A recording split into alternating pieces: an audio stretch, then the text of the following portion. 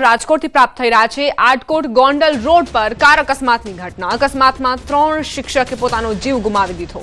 3 શિક્ષકો છોટાઉદેપુરના વતની હોવાનું ખુલ્યું।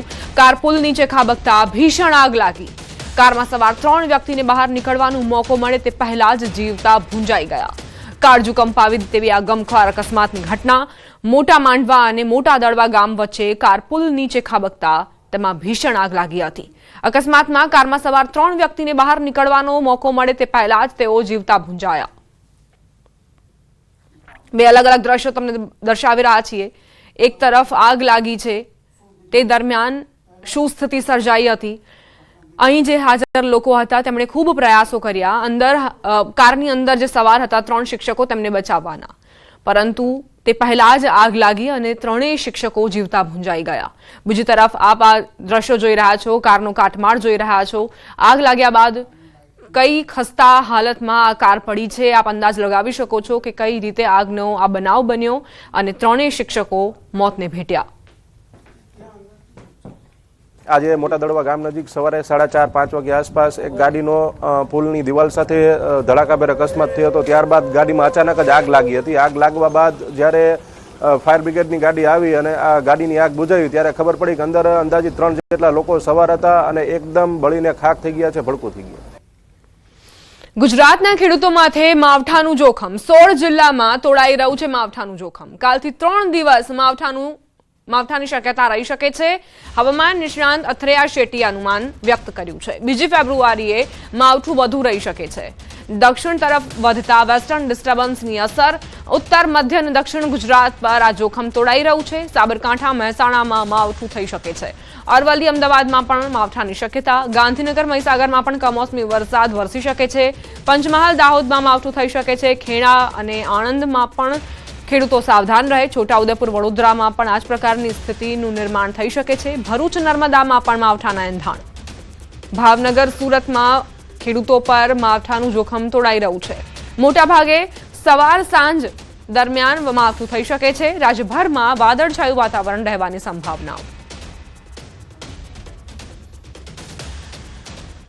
તાજેતરમાં થયેલી ભારે હિમવર્ષાના કારણે પુલવામા જિલ્લાના રાજપુરા તાલુકાના ઉપરવાસના વિસ્તારોમાં ભારે પ્રભાવિત થયા છે। હિમવર્ષાના કારણે ચારે તરફ સફેદ ચાદર પથરાઈ ગઈ છે। રોડ સંપર્ક પુનઃ સ્થાપિત થવા માટે વહીવટી તંત્ર સતત પ્રયાસ કરી રહ્યું છે। આજુબાજુના વિસ્તારોમાં આપ જોઈ શકો છો કે કેટલા ઊંચા બરફના થર જામેલા છે। જેસીબીની મદદથી આ બરફના થરને હટાવવા માટે વહીવટી તંત્ર પ્રયાસ કરી રહ્યું છે, પરંતુ જે સ્થાનિકો છે તેમને પરેશાનીનો સામનો કરવો પડી રહ્યો છે। ઘણા એવા રસ્તાઓ છે કે જે સંપર્ક વિહોણા બની ગયા છે આ બરફ વર્ષાના કારણે। સતત બરફ વર્ષા થઈ રહી છે, જેના કારણે રોજબરોજની જે ચીજ વસ્તુઓ છે તે ખરીદવા માટે પણ લોકો બહાર નીકળવાનું ટાળી રહ્યા છે, કારણ કે આ રસ્તા પરથી વાહન પસાર કરવું અકસ્માતને નોતરી શકે છે।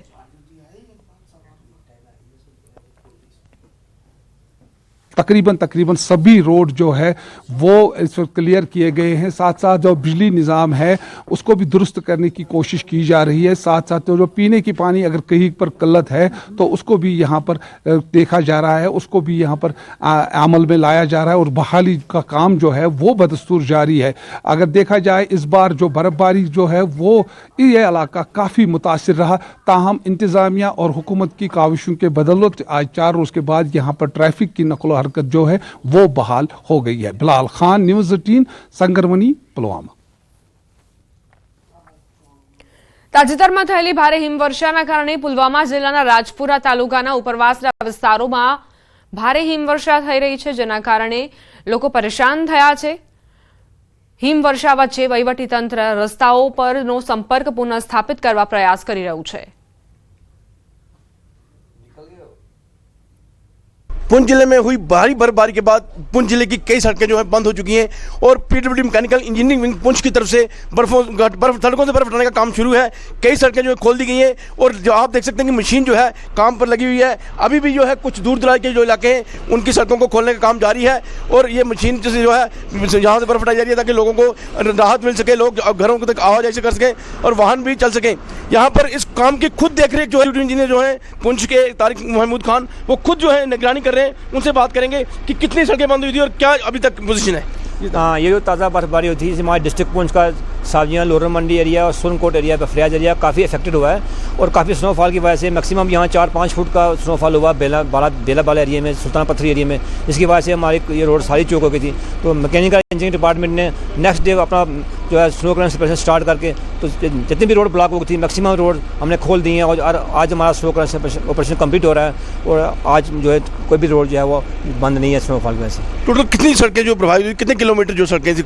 ये तकरीबन 64 to 65 रोड जो थे वो सारी ब्लॉक हो गई थी।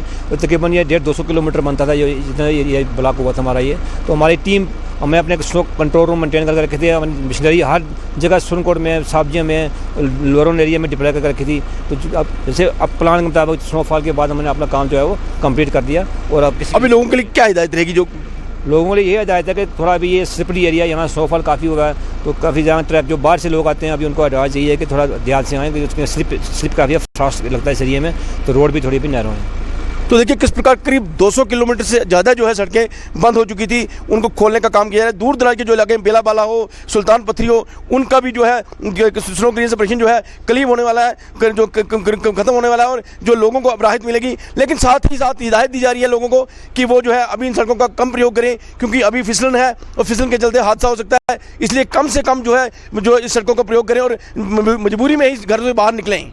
Munish Sharma, news network, Loran, Poonch. ડોડા જિલ્લાના ભલેસામાં સતત 4 દિવસની ભારે હિમવર્ષા બાદ રસ્તાઓ બંધ થઈ ગયા છે। રસ્તા પર બરફના થર જામી જતા ભારે હાલાકી પડી રહી છે। ત્યારે એક દર્દીને 14 કિલોમીટર સુધી ખાટલા પર ઊંચકીને લઈ જવાની નોબત આવી પડી। હાલ તો સ્થાનિક તંત્ર દ્વારા રસ્તા પરથી બરફના થર હટાવવાની યુદ્ધના ધોરણે કામગીરી કરાઈ રહી છે।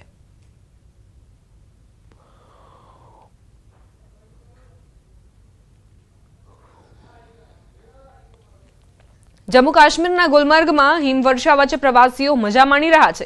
એશિયાના સૌથી ઊંચા અને લાંબા સ્કી ડ્રેગ લિફ્ટને ગુલમર્ગના કોંગડોરી ખાતે વિશ્વભરના સ્કીયર્સ માટે સત્તાવાર રીતે કાર્યરત કરવામાં આવ્યું છે। પર્યટન વિભાગ દ્વારા મુખ્ય ઢોળાવોને વ્યવસ્થિત રીતે તૈયાર કરવામાં આવ્યા છે અને સ્કીયર્સની સુવિધા માટે પાસ ઓનલાઈન ઉપલબ્ધ કરાયા છે।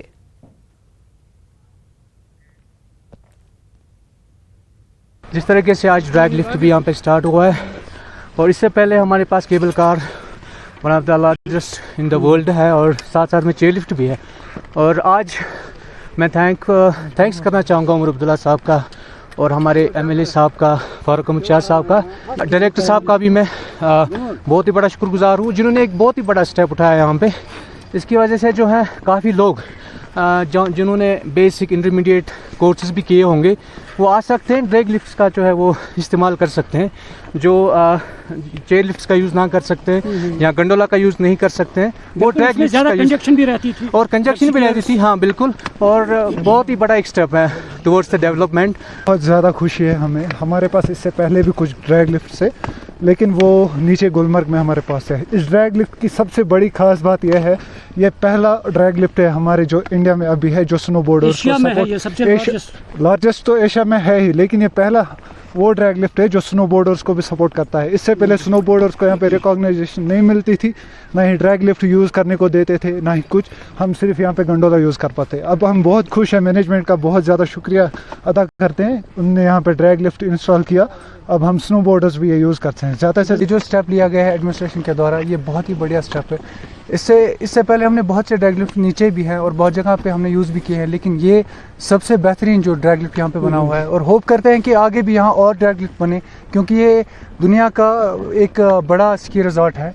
तो हम चाहते हैं कि ऐसे ही डेवलपमेंट होती रहे। मैं प्रैक्टिस करने के लिए आता था, हमें पहले ऊपर जाना पड़ता था, ये बहुत ही मतलब हैक्टिक रहता था हमारे लिए कि हम पहले ऊपर जाए फिर यहाँ आए और फिर इस स्लोप से जाना पड़ता था। और मैं शुक्रगुजार हूँ एडमिनिस्ट्रेशन का, सीएम साहब का, एमएलए साहब का, क्योंकि उन्होंने बहुत ही मदद की हमारी। हम मतलब अभी यूथ है और हम इसको इजीली यूज़ कर सकते हैं और thank you so much administration. बिल्कुल नाज़रीन, आपने तस्वीर इनके तासुरात सुने हैं कि किस तरह से उन्होंने खुशी का इज़हार किया है कि इनका कहना है कि पहले हमें गंडोला के ज़रिए से स्की करने के दौरान अफरवट की चोटी पे जाना पड़ता था या जो यहाँ पे चेयर लिफ्ट है, मगर जो ये ड्रैग लिफ्ट बनाया गया है अब उनकी सारी मुश्किलात जो हैं वो ख़त्म हुए हैं और अब ये बड़ी खुशी के साथ, आसाइश के साथ यहाँ से जाकर ड्रैग लिफ्ट के ज़रिए से अफरवट की चोटी के नज़दीक पहुँच पाएंगे और उसके बाद आसानी के साथ ये स्की कर सकेंगे। सकें, क्योंकि अब ये खेलो इंडिया में भी भरपूर इसमें शमूलियत कर सकते हैं। न्यूज़ 18 जम्मू कश्मीर के लिए मैं गुलमर्ग कोंगडोरी से मुनीर हुसैन हुर्रा। જમ્મુ કાશ્મીરના ઉધમપુર જિલ્લાના પંચારીમાં હિમવર્ષાથી પહાડોનો અદ્ભુત નજારો સામે આવ્યો. હિમવર્ષાએ સમગ્ર લેન્ડસ્કેપને સફેદ ચાદરથી ઢાંકી દીધું છે, જે પ્રવાસીઓ માટે આકર્ષણનું કેન્દ્ર બન્યું છે. ખાસ કરીને શ્રી માતા વૈષ્ણો દેવીના દર્શન કરીને આવતા શ્રદ્ધાળુઓ પંચારીની શાંત સુંદરતા અને બરફથી લદાયેલી ખીણોનો આનંદ માણી રહ્યા છે. ગરમ પ્રદેશોમાંથી આવતા પ્રવાસીઓ માટે બરફના ગોળા ઉછાળવા અને આ અદ્ભુત દ્રશ્યોને કેમેરામાં કેદ કરવા એ કોઈ સપનાથી ઓછું નથી, જેના કારણે પંચારી હવે વિન્ટર ટુરિઝમ માટે મનપસંદ સ્થળ બની રહ્યું છે.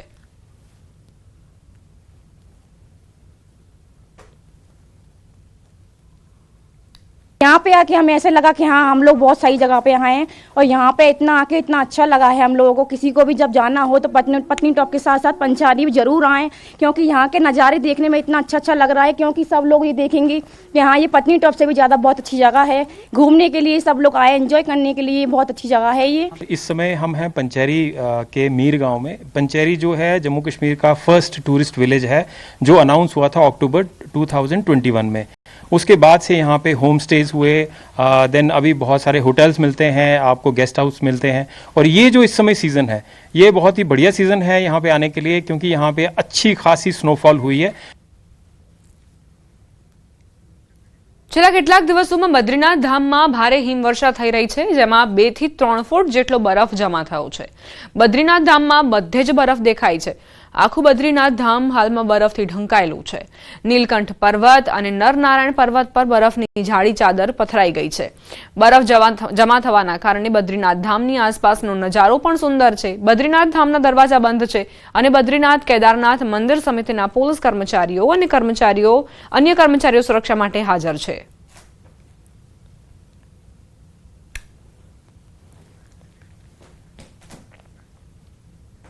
સમાચારોમાં આગળ વધીએ. ઉત્તર પ્રદેશના અમરોહાના ગજરૌલા કસ્બામાં એક અદ્ભુત અને દુઃખદ ઘટના બની. વોર્ડ નંબર 11 જૂની પોસ્ટ ઓફિસ ગલીમાં રહેતા નીતુ સિંહની તબિયત અચાનક બગડી અને થોડા જ પળોમાં તેમનું મોત થઈ ગયું. તેના થોડા મિનિટ બાદ તેમના પત્ની સપનાએ પણ આ દુઃખદ ઘટના સહન ન કરી શક્યા અને તેમનું પણ મૃત્યુ થયું. એક સાથે પતિ પત્નીનું મૃત્યુ થતાં મહોલ્લામાં શોકનો માહોલ ફેલાયો અને લોકો આ અસાધારણ ઘટના જોઈને આશ્ચર્યચકિત થઈ ગયા. પોલીસ ઘટના સ્થળ પર પહોંચીને તપાસ શરૂ કરી અને એવું જાણવા મળ્યું કે બંનેની વય અને મોતના ચોક્કસ કારણ અંગે હજી તપાસ કરવામાં આવશે. અધિકારિક માહિતી જાહેર નથી થઈ, પરંતુ આ ઘટના બાદ સૌ કોઈ આશ્ચર્યચકિત થઈ ગયા છે. મધ્યપ્રદેશના મંડલા જિલ્લામાં રખડતા ઢોરનો આતંક સામે આવ્યો. 2 આખલા વચ્ચે લડાઈ બાદ એક આખલો જનરલ સ્ટોરમાં ઘૂસ્યો. એક આખલો કાઉન્ટર કૂદી દુકાનમાં ઘૂસ્યો હતો. દુકાનમાં હાજર લોકોમાં અફરાતફરી મચી ગઈ. એક દુકાનદાર જીવ બચાવવા કૂદી બહાર નીકળી ગયો હતો, જ્યારે અન્ય એક વ્યક્તિ આખલા સાથે દુકાનમાં ફસાઈ ગયો હતો. દુકાનદારનો જીવ અદ્ધર થઈ ગયો હતો. આખલાને દુકાનના બહાર કાઢવા ભારે જહેમત ઉઠાવવી પડી હતી. સમગ્ર ઘટનાના સીસીટીવી પણ સામે આવ્યા છે.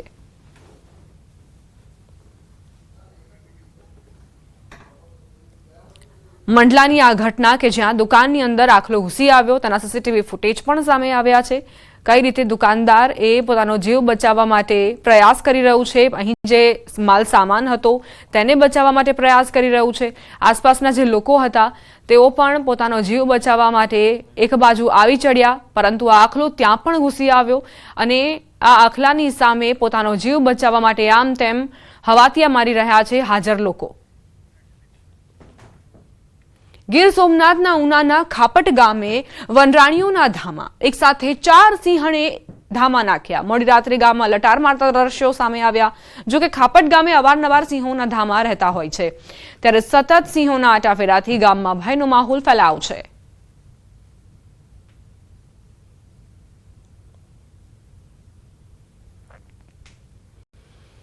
આ તરફ જેતપુરના કાગવડ ખોડલધામ મંદિર આસપાસ સિંહના આટાફેરા. રાત્રિના સમયે ખુલ્લા વીડી વિસ્તારોમાં સિંહ દેખાતા ભયનો માહોલ ફેલાયો. સિંહના આટાફેરાથી ખેડૂતો અને પશુપાલકોમાં ચિંતા વ્યાપી. સ્થાનિક લોકોએ વન વિભાગને જાણ કરી. વન વિભાગે પેટ્રોલિંગ વધારી સિંહ ઉપર નજર રાખવામાં આવી રહી છે. બનાસકાંઠાના દાંતીવાડા પુલ પર રાત્રિના સમયે દીપડો દેખાયો. બનાસ નદી પર આવેલા પુલ પર દીપડાની લટારનો વિડીયો વાયરલ થયો છે.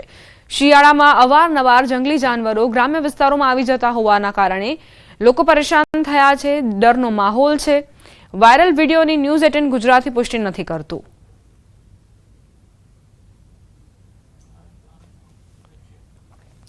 આ તરફ સાપુતારાની તળેટીમાં આવેલા ગોટિયામાળ ગામમાં રાત્રે દીપડો પાંજરે પુરાયો. કેટલાક સમયથી ગામમાં દીપડાના આંટાફેરાને જોઈને લોકોમાં દહેશત વ્યાપી હતી.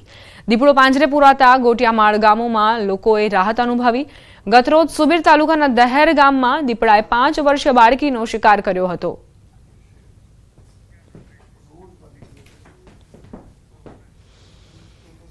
રોકાઈશું એક બ્રેક માટે. આપ જોતા રહો ન્યૂઝ 18 ગુજરાતી.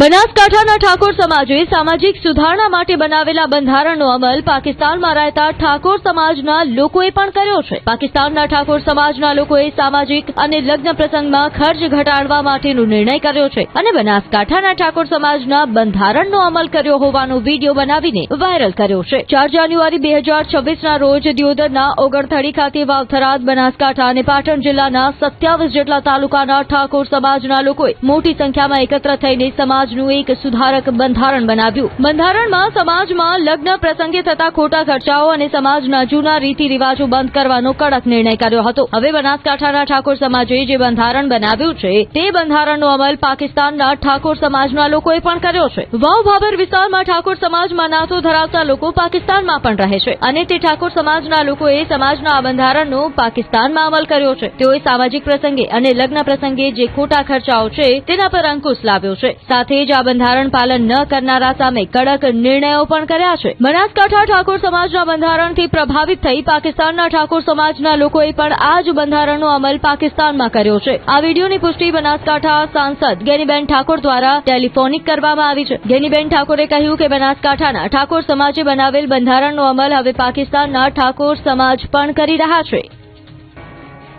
ઠાકોર રબારી સમાજ બાદ હવે નાઈ સમાજે પણ બંધારણ મુદ્દે બેઠક કરી. 11 ગોળ નાઈ સમાજના સામાજિક બંધારણ અંગે બેઠક યોજાઈ. વાવ થરાદના ધરણીધર તાલુકાના ઢીમા ગામે નાઈ સમાજની મહાપંચાયત યોજાઈ. સમાજના બંધારણને લઈ મહાપંચાયતનું આયોજન કરવામાં આવ્યું. નાઈ સમાજના ગુજરાત પ્રમુખ આંબાભાઈ નાઈએ સમાજને અપીલ કરી કે મંદિરોમાં રમેલ અને તિથિ ભોજનમાં લાખો રૂપિયા ખર્ચવાનું બંધ કરવામાં આવે. માત્ર કુળદેવીની જ ઘરે ઉપાસના કરવા અપીલ કરાઈ. કોઈ બીમાર થાય ત્યારે ભુવા પાસે નહીં દવાખાને જવા સમાજના લોકોને અપીલ કરવામાં આવી. આંબાભાઈ નાઈએ ભુવાઓને પણ ચેતવણી આપી કે અમારે એક્શન લેવી પડે તે પહેલા ચેતી જજો. સમાજને સાચી દિશા આપજો, ગેરમાર્ગે ન દોરતા.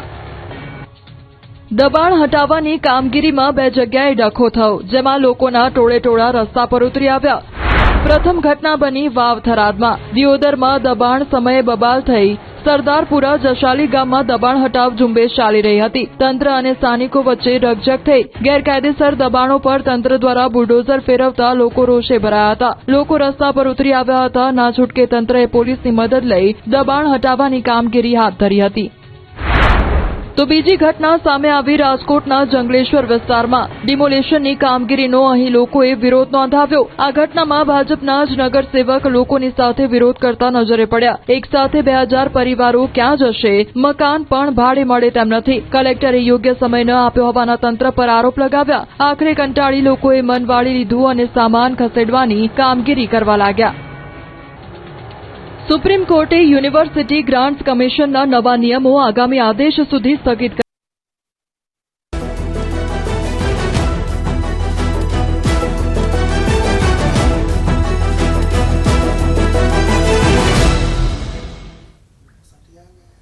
Welcome back. સુરતના કતારગામ વિસ્તારમાં ટીપી સ્કીમના રિઝર્વેશન મુદ્દે અસરગ્રસ્તો રસ્તા પર ઉતરી આવ્યા છે.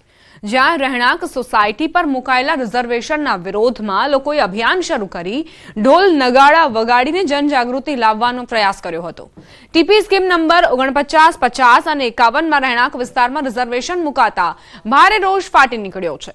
અગાઉ વિનોદ મોરડિયા શહેરી વિકાસ મંત્રી હતા ત્યારે રિઝર્વેશન હટાવાયું હતું, પરંતુ ફરીથી બીજી વખત મંત્રીમંડળની રચના બાદ રિઝર્વેશન મુકાતા લોકોમાં આક્રોશ વધ્યો છે. પાલિકાએ અચાનક અનામત પ્લોટનો કબજો લેવાની કામગીરી શરૂ કરતા આંદોલન વધુ ઉગ્ર બન્યું છે અને હવે અસરગ્રસ્તો મનપા કચેરી સુધી રેલી કાઢવાની તૈયારીમાં છે.